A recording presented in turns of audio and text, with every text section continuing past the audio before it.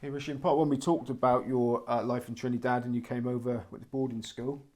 So the general public would have heard of you, I'm guessing, is 2002 when you joined AtTheRaces. Yeah, I feel sorry for them, to be honest.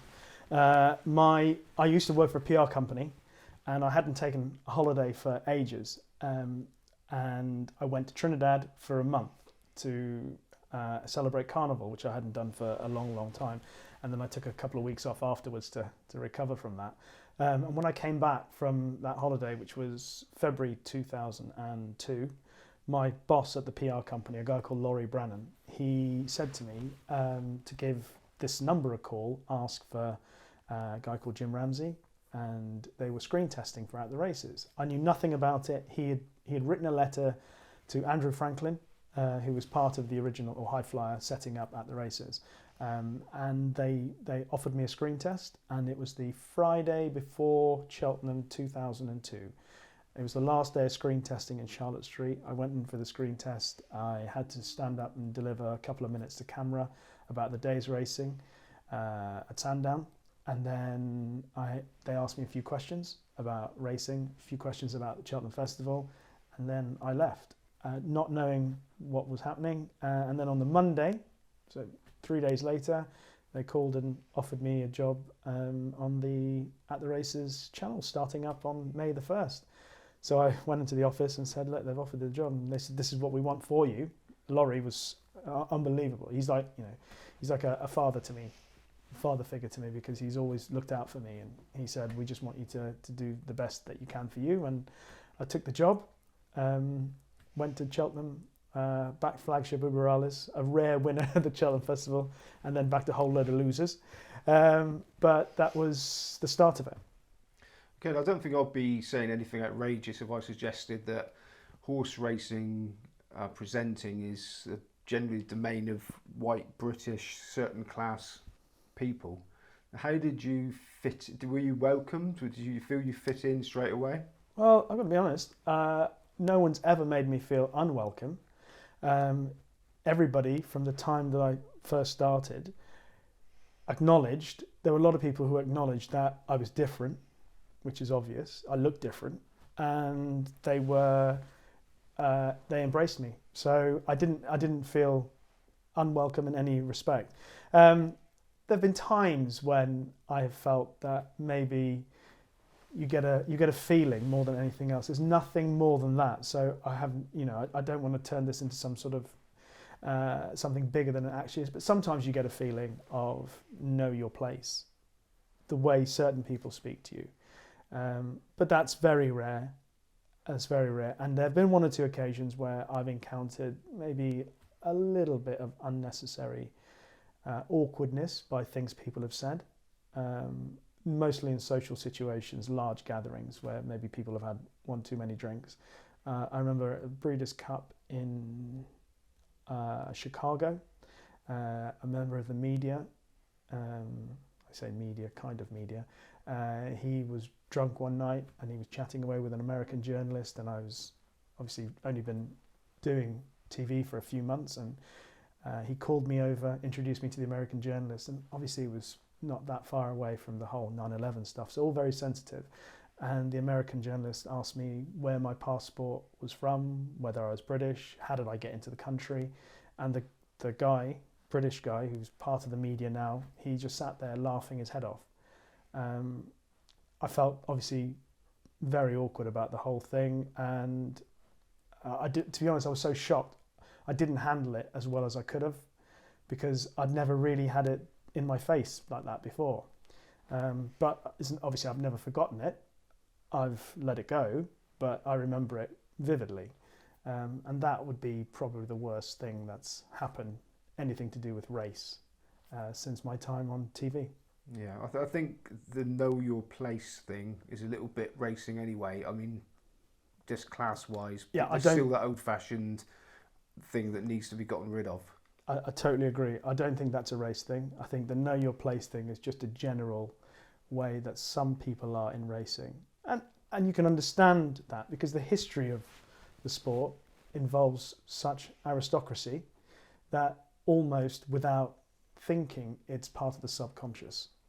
But it's getting better. You know, there are people who are far more open now than they used to be, just in the time that I've been doing it. Yeah, so none of this has stopped you, obviously, because now you're working with ITV, you've worked with Channel 4, you work with Racing UK, BBC Sport. There's nothing stopped you. So you can tell us, quickly progress through your career.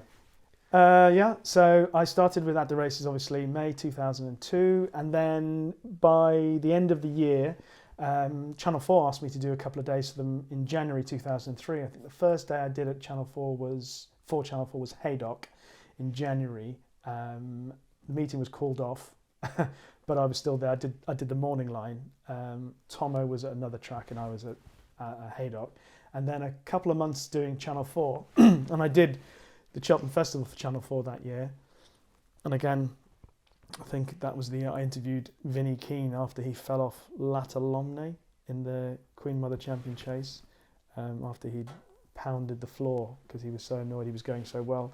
And then after that, I got offered a job at the BBC, 2003. The first day I did for them was May 2003, and again it was a Haydock. So I started then, and then I did a few days with the BBC, and the BBC asked me to do some other events, not just racing, which was quite exciting to have a go at other sports. And then obviously after the BBC racing team ended in 2012, Channel 4 started and took over all the racing in 2013 and kindly asked me to be part of that, which was tremendous and very lucky, very fortunate. And then of course Channel 4 ended in 2016, and ITV have been kind enough to ask me to be part of the team. So somehow I'm clinging on. I don't know how much longer this will go on for, but fingers crossed. We say clinging on. You've done the Olympics at Athens, Beijing, London and Rio. Yes. So you sort of soared a bit with the coverage. What would be any special memories from any of the Olympics? I know that's probably a big pick, but... Just amazing. So many, to be honest. Athens was incredible because the first thing I did in Athens was work with Steve Redgrave on rowing. Obviously, I had to do a lot of prep for it, so I didn't sound like a complete idiot.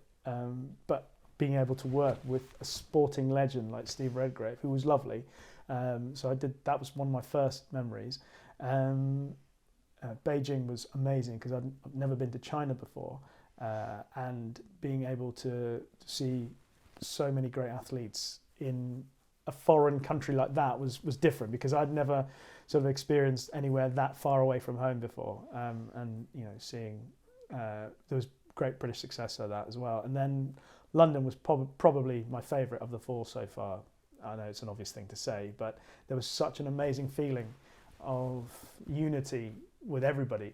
I remember being in early to do some of the morning shows on BBC Three, and you're watching people walking into the Olympic Stadium and everybody had a smile on their face. People were nice to each other. I remember when I was on the train going in to work one day at the Olympics, and there was an announcement on the train. Somebody said we'd won a silver medal in an event, and everybody was clapping on the train, which is not something that you often experience, and it was lovely.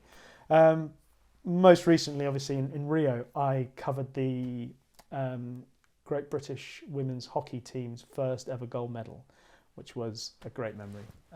And I'd been with them for a couple of days before they went out to Rio, watching them train, chatting to them, getting to know them. So having seen that and then going and seeing their build up to it and then being there for the whole thing was an incredible experience, and again, so fortunate. Also, Commonwealth Games. Now, how do they compare to the sort of experience of the Olympics, the atmosphere, etc.?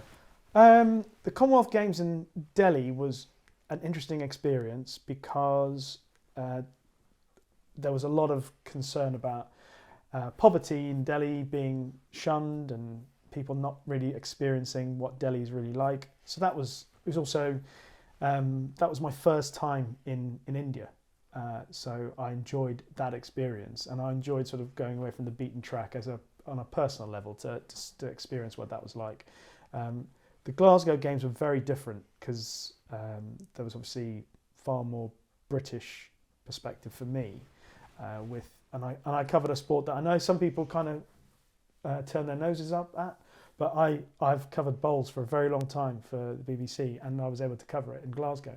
And because there's no other event for bowls, no Olympics or anything like that, the Commonwealth Games is their Olympics, and the Commonwealth Games is a very big thing.